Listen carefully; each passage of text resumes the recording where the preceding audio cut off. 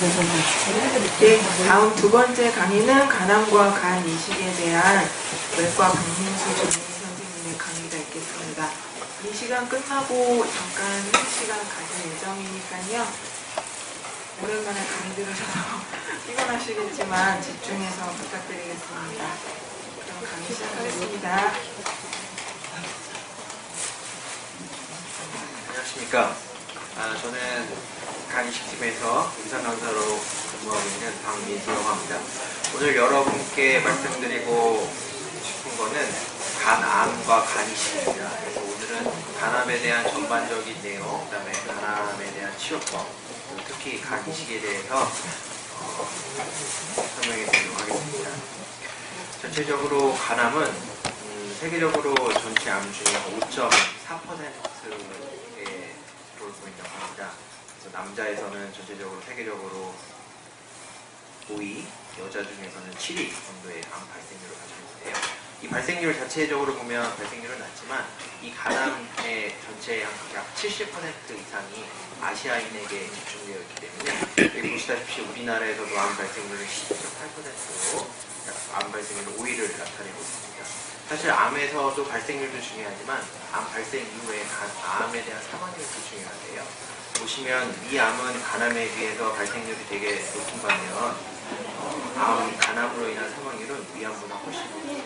그래서 간암의 발생률은 계속적으로 많은 부분을 표시하고 있고 특히 사망률이 매우 높기 때문에 간암에 대한 적인 발견, 치료가 매우 중요합니다.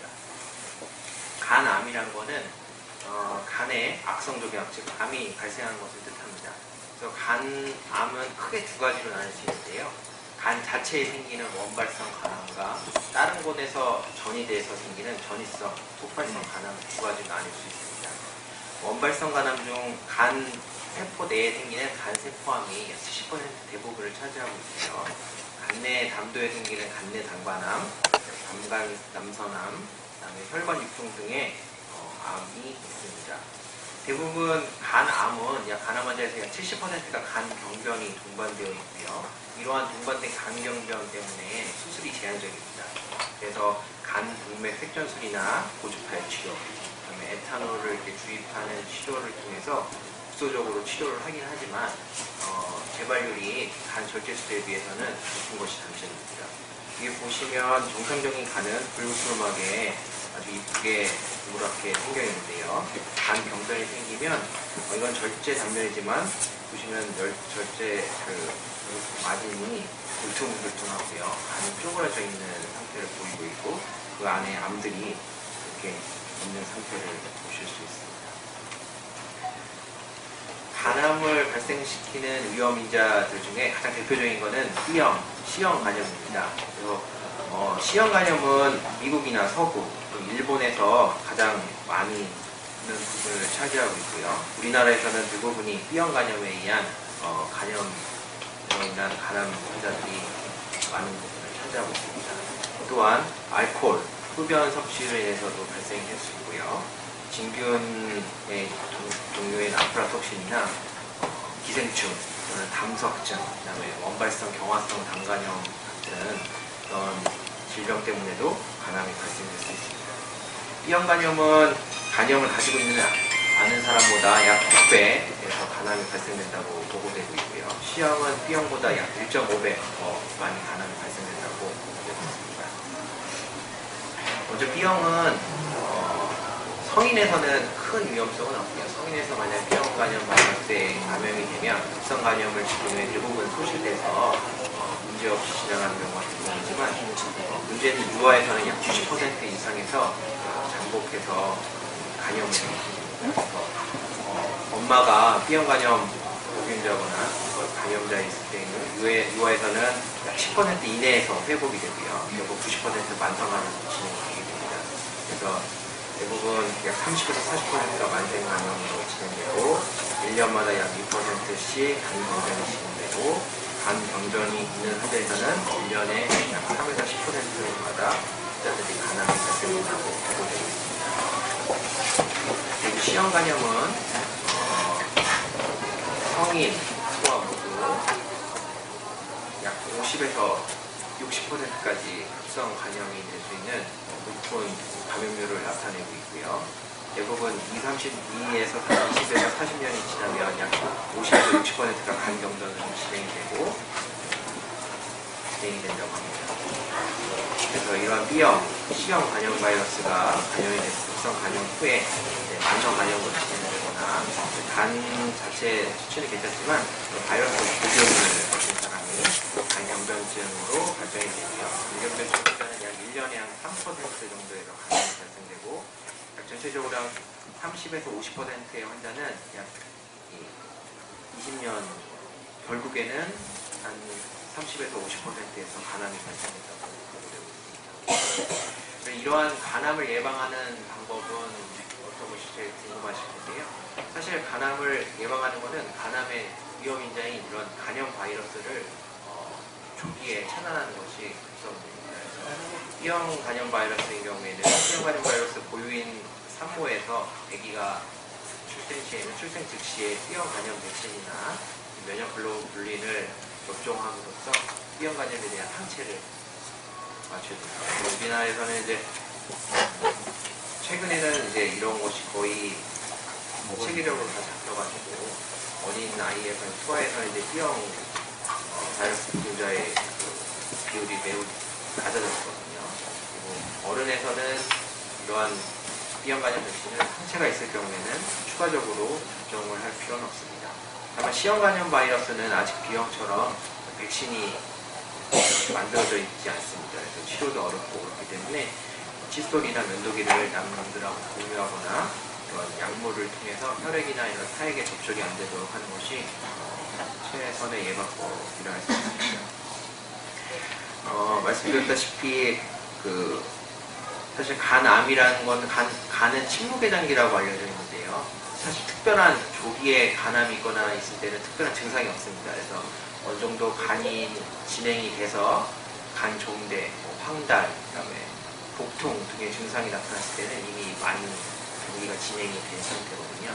그래서 이러한 간암을 빨리 치료를 하기 위해서는 빨리 찾아내는 것이 더 중요합니다. 정상인에서는 간암의 발생률이 매우 낮지만 B형, C형 간염 바이러스를 가진 간염 환자들은 아주 고위험군의 환자이기 때문에 이 피에서 발생되는 알파 태아 단백, 그다음에 간 초음파 검사 그 두 가지를 약 3개월에서 6개월에 1회씩 정기 검진을 함으로써 조기 검진을 하는 것이 제일 중요합니다. 이 AFP 알파 태아 단백이라는 것은 피에서 검출이 해서 나타날 수 있는데요. 정상치는 약 20 이하입니다. 그래서 400 이상 시에는 간암 발생이 강하게 의심된다고 보고되고 있고, 간 초음파 검사는 환자분에게는 가장 편하고요. 의사에서도 간편하고 비용이 저렴한 장점이 있습니다. 그래서 이 두 가지 검사에서 간암이 의심됐을 경우에는 CT나 MRI 등에서 추가적으로 2차 검사를 시행하게 됩니다. 그래서 사실 그래서 이러한 간암을 확진하는 검사에는 방금 말씀드렸다시피 임상적으로 진단을 하는 경우가 대부분이고요. 이러한 경우에도 만약에 알 수 없거나 미묘한 특징이 있을 때에는 조직학적 진단을 하게 되는 경우가 있습니다. 하지만 대부분은 이러한 알파페아 대한 단백과 초음파를 검사를 하고요. 그다음에 CT와 MRI를 확진 검사를 하게 됩니다. 간암도 다른 암처럼 병기를 가지고 있습니다. 그래서 간암에서는 간암의 크기, 그다음에 간암의 개수, 그다음에 주변의 혈관을 침범한 3가지 유무를 가지고 1기부터 4기까지 병기를 설정해 수 있습니다. 이러한 간암의 치료 방법에는 크게 3가지가 있습니다. 먼저 간 절제술, 그다음에 간이식, 그다음에 수술 치료인 간 동맥 화학색 전술 및 정례적 방사선 수술 등이 있습니다. 간 절제는 간암 환자 중에 가장 효과적인 치료법 중 하나입니다. 하지만 간 병변이 심하거나 암세포가 혈관을 많이 침범한 경우에는 수술하기가 어렵습니다. 특히 간 병변이 심한 경우에는 간 절제 후에 간 재생과 회복이 어렵기 때문에 간 부전에 빠질 위험성이 있어서 간 절제를 못하는 환자들이 발생할 수 있습니다. 사실 위암이나 대장암 같은 경우에는 그 암 주위를 포함해서 전체적으로 위 같은 경우는 다 절제를 할 수 있지만 간은 간 절제를 전체를 절제를 할 수가 없습니다. 간 전체를 절제하게 되면 사람이 살 수가 없기 때문에 부분 절제를 할 수밖에 없기 때문에 간 절제에서는 남아있는 간에 다시 간암이 재발할 수 있는 단점이 있습니다. 이외에 간 동맥 화학색전술이 있습니다. 간암은 간 동맥을 통해서 영양분이나 산소를 공급을 받게 되는데요. 그런 간 동맥을 통해서 항암제를 집어넣고 그 암을 죽이게 되는 색전술을 시행하게 되고요. 그다음에 에탄올을 주입을 해서 그 에탄올에 의해서 암이 탈수가 되고 괴사되게 됩니다. 그다음에 이러한 구수를 치료제 가장 높은 성공률을 보이고 있는 것은 고주파열 치료인데요. 고주파열 치료는 초음파를 통해서 수술장 또는 이제 수술장이 아닌 이제 외래에서 초음파를 보면서 그 암 부위에 고주파를 넣은 칩을 넣어서 고주파를 통해서 암을 죽이게 됩니다. 그래서 아주 경과가 좋은 경우에는 평균 괴사율이 약 80에서 100%까지 완전 괴사까지 일어나는 경우가 되는데요. 일단 그 위치나 그다음에 종양의 위치가 제일 중요하고 종양의 개수나 크기가 큰 경우에는 제한을 가게 됩니다. 그래서 간 이식은 조기 간암 환자에서 가장 효과적으로 완치를 유지할 수 있는 치료법입니다. 그 이유는 아까 말씀드렸다시피 간 절제는 병든 간암 주변만을 절제하기 때문에 모든 간을 절제할 수 없어서 재발의 경우를 계속 가지고 있는데요. 간 이식은 그런 종양 재발이 근간이 되는 모든 간을 다 제거하고 B형 간염에 있는 환자의 경우는 약 90% 이상 평생 간염 없이를 유지할 수 있습니다. 다만 간 이식은 큰 수술이기 때문에 수술 합병증도 발생할 것이고요. 평생 면역 제제를服용해야 되고 이식 후에 간 절제보다 간세포암 제거할 시 예후가 좀 안 좋을 경우가 있습니다. 간 이식의 종류는 크게 두 가지가 있는데요. 사체 간 이식과 생체 간 이식입니다. 사체 간 이식은 그 사체 장기가 한정되어 있기 때문에 국립장기 질환센터에서 발견하게 되고 아까 말씀드린 응급도 1, 스테이지 1, 2A가 있고요. 대부분 일주일 이내에 간이식을 받지 않으면 생명의 위험을 느끼는 사람이 응급도 1, 그다음에 만성간 질환으로 계속 치료를 요하는 환자는 응급도 2,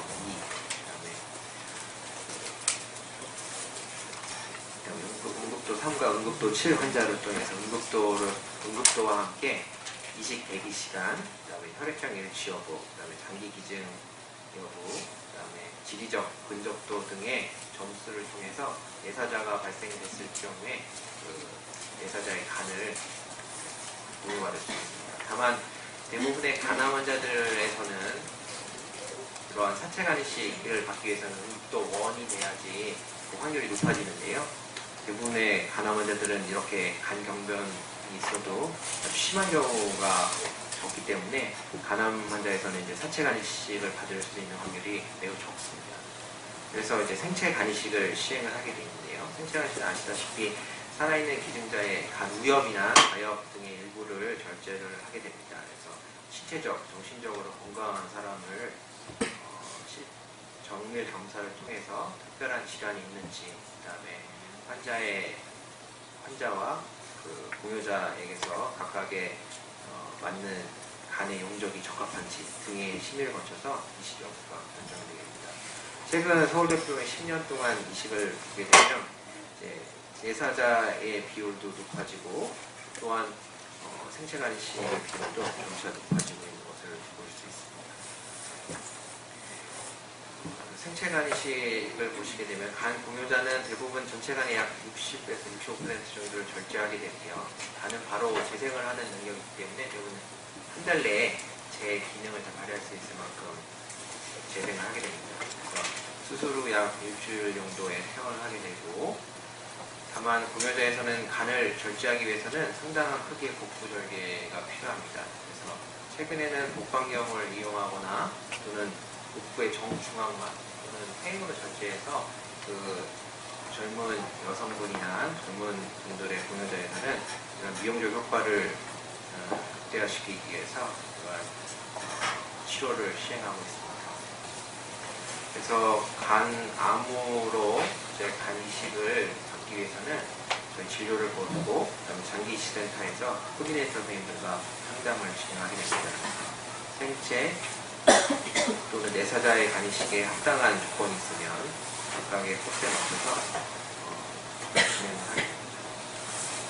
간 이식 후에는 간암으로 간 이식을 받게 된 후에 약 2에서 3주간 입원을 하게 되고요. 수술 후 약 3에서 5일간은 중환자실에서 집중적으로 혈역학적인 그런 것을 보면서 치료를 받게 됩니다. 그리고 매일 피검사를 하게 되고요. 그다음에 도플러, CT 등의 검사를 하게 됩니다. 퇴원 전에는 장기센터에서 이제 의학 상담 및 20회 관리 교육에 대한 책자 및 교육 실시가 되어 있습니다. 외래에서는 면역 제제를 계속 처방을 하게 되고요. 폐렴간염 있는 경우에는 폐렴간염 재발을 막기 위해 폐렴간염 치료제를 계속服用하도록 하고 있습니다. 그리고 간암한 환자의 경우에는 정기적인 간암이 재발 여부가 있는지, 그다음에 이식받은 간이 거부반이 있는지 추적 검사가 진행됩니다. 간 이식 후의 유의할 사항은 비슷하시고요. 약은 항상 주기적으로 복용하고, 그다음에 균형 잡힌 식단으로 골고루 섭취하고, 그다음에 특히 중요한 거는 특별 이상 증상이 있으면 항상 응급실이나 외래를 방문하시는 것이 중요합니다. 이러한 간암을 치료를 했을 때 재발률은 이 가장 중요한데요. 간암 절제술 후에는 약 5년 동안 병이 재발이 없을 확률이 약 30에서 40%입니다. 그러니까 100명이 수술하면 대부분 70명은 다 재발을 하게 되는데요. 하지만 재발과 생존율은 달라서 재발을 하더라도 적극적인 치료를 하고 치료를 하게 되면 생존율은 매우 80에서 90%까지 생존율이 높기 때문에 지속적인 치료가 제일 중요합니다. 그리고 간 이식을 하게 되면 약 5년 생존율이 80% 이상이라고 알려져 있고, 이 사람들은 대부분 재발이 없이 진행이 됩니다. 다만 이탈리아에서 이제 밀란 그룹의 밀란 척도라고 해서 이제 처음에 이식을 하게 될 때요. 간암이 하나일 때는 5cm 이내, 간암이 3개 이내에서 가장 큰 암이 3cm 이내일 때 간 이식 후에 간암 재발률이 및 생존율이 가장 높다고 보고가 되고 있습니다. 그래서 그쪽에서는 5년 생존율이 약 80% 이상까지 보고되고 있고, 저희 측에서도 밀란 척도 이내에 있는 경우에는 생존율 및 생존율도 높고 재발률이 매우 낮은 것으로 되어 있습니다. 하지만 밀란 척도 내에서도 약 10에서 15%에서는 재발률을 하기 때문에 이러한 재발에 대해서 적극적으로 계속 감시를 하고 치료를 해야 됩니다. 간암을 재발할 때는요, 간 자체 내에서 간 내 전이가 발생될 수 있고, 간 밖에서도 전이가 될 수 있습니다. 그래서 간 외에는 폐나, 그다음에 뇌, 또는 주변의 림프절, 그다음에 뼈 등으로 간 외측에 전이가 되고요.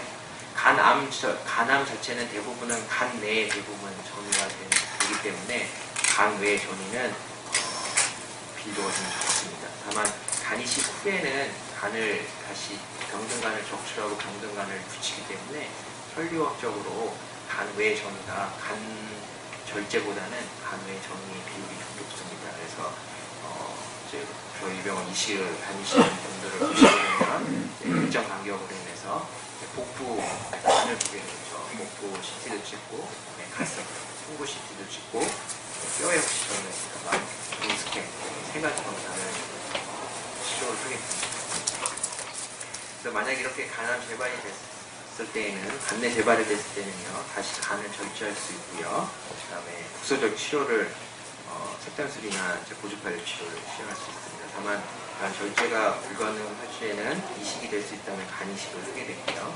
그 다음에 간 위에 장기 재발이 되면 간 이식을 할 수 없기 때문에, 그쪽에 절제 수비나 전신적인 항암 치료나 방사선 치료를 시행해야 됩니다. 다만 간암은 다른 장기에 비해서 항암 치료 효과가 적고요. 그렇기 때문에 그런 전시적 항암 치료나 방사선 치료의 성공률은 매우 낮게 보고되어 있습니다. 아까 말씀 간암 수술 후에는 균형 잡힌 식사를 유지하시고, 가볍게 운동을 하시는 것이 좋겠습니다. 전반적으로 우리나라 지금까지 간암 치료 기술은 최근에 간암에 절제된 건 한 30년 전부터 서구나 일본에서 이제 시작이 됐고요. 최근에는 우리나라의 간암 치료는 세계적으로 가장 높은 기술을 차지하고 있고, 특히 생체 간식에서는 세계를 선도하면서 리더 역할을 하고 있기 때문에 이런 것을 알고 계시면 좋을 것 같아요. 간암에 걸리면 무조건 간 절제술을 받아야 하나요? 특히 간암에 아까 말씀드렸다시피 대부분 간암이 걸리는 70% 환자는 간 경변을 가지고 있습니다. 그래서 간 경변이 심한 경우에는 간 절제를 받을 수 없고 구소적 치료를 하게 되고요. 다만 간 절제 수술을 받을 수 있다면 간 절제 수술이 최선의 치료일 겁니다. 다만 나이가 젊으시거나 혹은 간 재발률 또는 삶의 질을 생각해서 조기에 간 절제보다 간 이식을 시행하는 경우도 있습니다.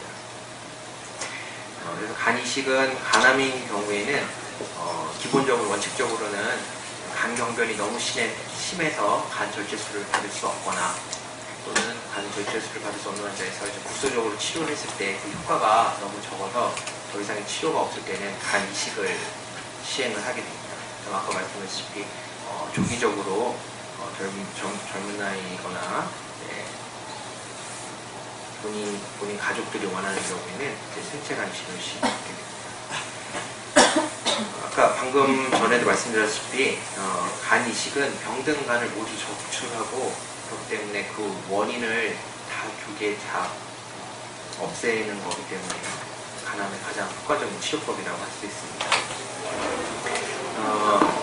환자나 가족들이 간암에 걸리게 되면은 모두 당황하게 됩니다. 그리고 아까 말씀드렸다시피 간암의 치료법은 여러 가지가 있잖아요. 간 절제술, 국소절제술 여러 가지 절제술이 있어서 어떠한 치료법을 할지 일반인들 또는 주변 사람들에게 물어보는 것은 상당히 좀 위험할 수 있습니다. 그래서 사실 의료진을 방문을 꼭 해서요. 간암의 개수, 즉 간암의 병기가 제일 중요하고 그다음에 환자의 간 상태, 전반적인 상태를 포함해서 이 환자에게 1차적으로 먼저 이식을 할지 아니면 먼저 간 절제를 할지 구소적 치료를 한 후에 2차적으로 만약에 재발하거나 그러면 또 어떠한 치료를 뒤제적으로 계획을 먼저 빨리 잡아서 빨리 치료하는 게 중요합니다. 다른 암도 필요하시피 약 완치가 됐다는 판정을 받으려면 5년이 중요한데요. 5년 생존율, 5년 무병률 굉장히 중요한데요. 아까 말했다시피 간암 간절제 수술 후에는 약 70% 정도에서 재발이 된다고 되어 있지만 생존율 또한 높다고 되어 있습니다. 그래서 또한 그 간 절제술 후에는 다른 데에 계속 간 경변이 있는 간염이나 간 경변이 있는 간이 남아있기 때문에 5년 동안 간이 재발이 안 됐다고 해서 안심할 수는 없고요. 계속 또 암이 발생될 수 있기 때문에 간 경변을 가진 환자에게서는 지속적으로 계속 주기적인 체크가 필요합니다. 간암 재발을 막기 위해서 아까 말했다시피 근치적으로 이제 원칙적으로는 T형 간염 바이러스의 가장 위험 일자를 막는 것이 방법이고요. 특별한 재발을 위해서 막을 수 있는 방법이 없기 때문에 그런 경우에는 이식이나 절제 후에 정기적으로 지속적으로 조기 검진을 계속해서 만약에 재발이 발생되면 조기에 빨리 치료하는 것이 가장 큰 최선의 방법이라 할 수 있습니다. 그리고 이러한 암이 발생됐을 때 환자분들은 되게 당황스러워 하시게 되고 자신의 병을 인지를 하고 치료받는데 오랜 시간이 걸리게 됩니다. 환자분과 옆에 가족분들은 이런 간암에 대해서 좀 더 공부를 할 수 있으면 하셔야 되고 그다음에 그 환자의 그 심리 상태를 잘 이해하고 적극적으로 지지를 해서 빠른 시간에 의료진을 방문해서 적절한 치료를 받으면 좋은 결과가 나올 것 같습니다. 이상입니다.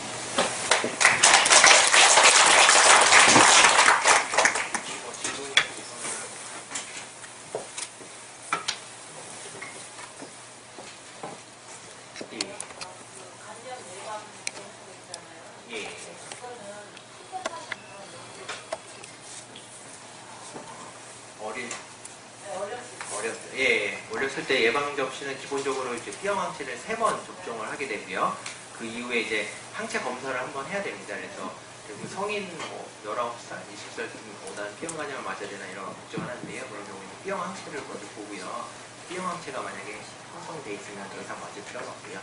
다만 항체가 이렇게 맞았어도 항체가 형성되지 않은 사람이 있거든요. 그런 경우에 다시 한번 접종을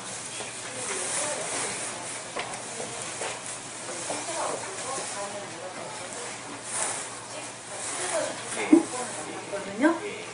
그런데도 상태가 전혀 생기질 않아요. 예, 그런 분들도 분명히 있어요. 이제 그런 경우에는 이제 주기적으로 만약에 항체를 맞아도 그 항체의 형성률이 되게 낮은 사람이 있습니다. 그런 경우에는 그 효과가 떨어지는 거니까요. 그렇게 맞았어도 일단은 그런 경우에는 이제 B형 간염이 안 생기게 뭐 체액이나 혈액, 오온이나 예방하는 게 최선이고요. 근데 뭐 걱정스러울 때는 다시 맞아도 소용없는 거죠. 지금 제가 듣기에는 3번 정도 상처에 9번 네. 있으면 떨어집니다. 그냥 안 맞아도 된다고. 예. 효과가 없을 것 같아요. 저는요, 면역 억제제 10시에 밤에 먹는 거. 예, 예. 어떤 때는 고단해서 그냥 자버리고, 깨보면 11시에요. 예. 그럼 그냥 또 먹어요. 네. 그렇게 되나요? 원래 근데 제일 중요한 건 면역제제 시간을 까먹으면 까먹은 날 그냥 바로 복용하는 게 제일 좋고요. 왜냐면은 뭐 1~2시간 지나고 3시간 지나도 원래 면역제가 뭐 12시간 간격으로 먹잖아요. 근데 제일 좋은 방법은 까먹었네? 한 2시간 지났는데 까먹었네 했을 때 빨리 먹는 게 제일 중요한데요. 다음 먹을 간격이 너무 가까우면은 한번 건너뛰는 게 낫고 만약에 뭐 10시에 먹었는데 아침 11시 일어나면은 밤 10시에 먹어야 되는데 11시. 근데 아침 10시에 일어났어요. 그러면 아침 10시만 먹어야죠. 제일 중요한 건 그냥 까먹었으면 바로바로 먹는 게 제일 중요합니다. 죄송한데요. 궁금한 게 또 한 가지 있어요.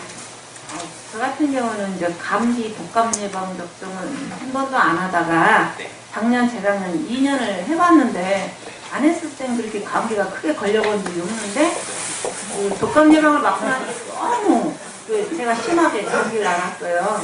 그래서 올해는 그 접종을 안 했는데요. 일단 그냥 우연히 그랬나? 네, 우연히 그렇습니다. 대부분 근데 면역제를 먹게 되면 이제 면역이 약해지기 때문에요. 그리고 인플루엔자 백신은 매년 맞아야 되고 폐렴병 백신은 이제 5년에 한 번씩 맞으셔야 되고요. 사실 인플루엔자 그 백신을 맞았다고 해도 그게 감기 바이러스가 감기일 수도 있고 독감일 수도 있고요. 여러 가지 종류가 있고 또 변형 그런 게 있기 때문에 거기 아주 그 특징적인 게 해마다 바뀌거든요. 그게 아니면 그게 다른 걸 수도 있고 혹시 그게 들어가서 항체를 맞고 나서 백신을 맞고 나서 그것 때문에 감기가 조금 더 올 수도 있고요. 그래서 그거는 그래도 독감 예방 접종을 맞으셔야 되고요. 그거는 맞고 나서 독감 맞고 나서 그런 고열 증상이 있는 거는 독감 때문에 그런 거예요. 간 이식 그 대기 순서가 어떻게 되는가요? 간 이식은 이제 간경변증이 이제 발생이 돼가지고 이제 뭐 간암이 발생되면은 이제 아까 말했다시피 이제 내사자 간이식을 받기 위해서나 생체 간이식을 받기 위해서 이제 등록을 해야 되는데요. 아까 말했다시피 응급도가 제일 중요합니다. 그래서 먼저 그런 게 발생이 되면 응급도를 나누는데요. 응급도 1이라는 게 스테이지 1, 2A 두 가지 종류가 있어요. 이거는 일주일 이내에 간이식을 못 받으면은 사망을 하는 아주 나쁜 사람들이거든요. 그런 사람들은 당연히 최우선적으로 줘야 되고요. 응급도 2내 이제 스테이지 2이나 스테이지 3 정도는 이제 간경변을 가지고 있어요. 다만 간경변이 생기면은 뭐 식도 정맥류 출혈이나 간성 뇌증, 복막염 같은 그런 게 심하지 않아서 일단은 좀 계속 내과적으로 치료를 해야 되는 그런 경우에는 이제 응급도가 좀 떨어지게 되고요. 대부분 사실 내사자가 한정이 되어 있기 때문에 그런 간을 우리나라에 지금도 뭐 몇 명밖에 안 발생되고 하루에 몇 명 발생되는 건데 대기자는 되게 많잖아요. 몇천 명이니까 여기에는 최우선적으로 응급도를 따져서 당연히 장기를 배분하게 되고요. 아까 말씀드렸다시피 간암, 조기 간암이나 그런 환자들은 간경변도 약한 조기에 발생이 되기 때문에 합병증이 없는 경우가 응급도 2인 환자들이 대부분이거든요. 그래서 그런 경우에 이제 하체 생체 간이식의 확률은 매우 적고요. 받을 확률은. 그래서 생체 간이식을 준비를 해야 됩니다. 그래서 원칙적으로 이제 그런 생체 간이식이 힘들 가능성이 매우 많은 거기 때문에 절제술을 먼저 하거나 또는 그런 국소적 치료를 통해서 감을 계속 조절을 하게 됩니다. 네. 저기 저는 수술한 지는 한 7년 됐습니다. 근데 헤파비그를 안 맞고 바라크루드를 먹거든요. 그게 무슨 관계가 있는 겁니까? 그리고 또 한 가지는 전에가 간을 중요할 수 있어요. 간 이식을 받은 사람이 다시. 제가 만약에 내사 상태다 그러면 내 간을 딴 사람한테 줄 수도 있는 겁니다. 예.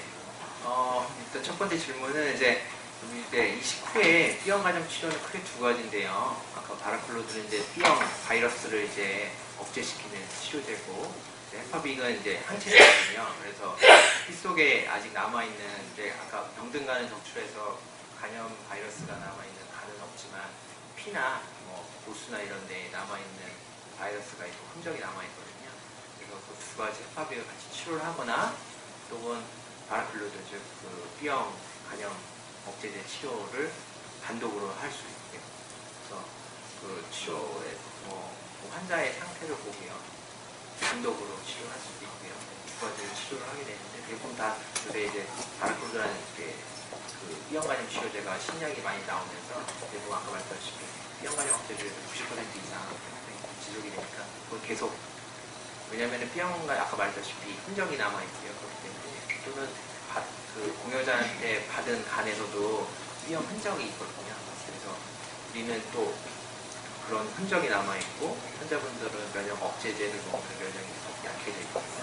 남자분들 재발할 확률이 있으니까 치료는 하셔야 근데 헤파빅은 계속 안 맞아도 관계없습니다. 헤파빅 치수가 저는 안 나와서 그러거든요. 예. 아까 말씀 항체를 맞아도 항체가 오르지 않은 경우에 이제 단독 치료를 하는데요. 이제 아까 바이크로도 워낙 성적이 신약이고 성적이 좋아서 그 자체만 문제 없이 치료가 되실 거고요. 그래서 계속 괜찮을 것 같아요. 두 번째는 만약에 두 번째는 제가 알기로는 간 상태가 좋거나 하면은 할 수 있는 걸로 알고 있는데요. 네. 확실한 거는 좀 알아봐야겠습니다. 제가 알기로는 할 수 있는 걸로 알고 있습니다.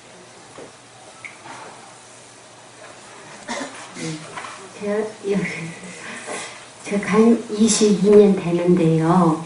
지금 발이 다 절어요. 네. 그거 혹시 간 이슈 때문에 저러는 거예요? 근데 면역 억제제 혹시 얼마나 몇 알 먹었어요? 세 알 먹고 세 알, 있어요. 세 알이요? 예, 아니 아침에만 아침. 세 알, 하루 한 끼 먹어요. 최근에 계속 절이시는 거 아니면 이식 받고 나서 계속 절이시는 거예요? 이슈 후에는 처음에 1년 전에 안 그랬는데요. 작년에 6월달 차근정에다가 차고 나서 후에 그 후에 목 아픈 후에 계속 준발철이에요. 예, 목 아프고 차근정에다가 예. 맞아, 그게 더 큰 원. 그러니까 예, 지금 차분- 대부분 간이식 조기에 이제 팔 저리고 그런 거는 면역 억제제 때문에 그런 경우가 있거든요. 환자분 같은 경우는 그런 기간이 되게 길고 그다음에 척추 쪽, 신경 쪽에 아까 신경을 하면서 하는 걸 좀 지켜보시죠. 근데 지금 이식하고 면역 들어가서 큰 문제는 없을 것 같아요. 감사합니다.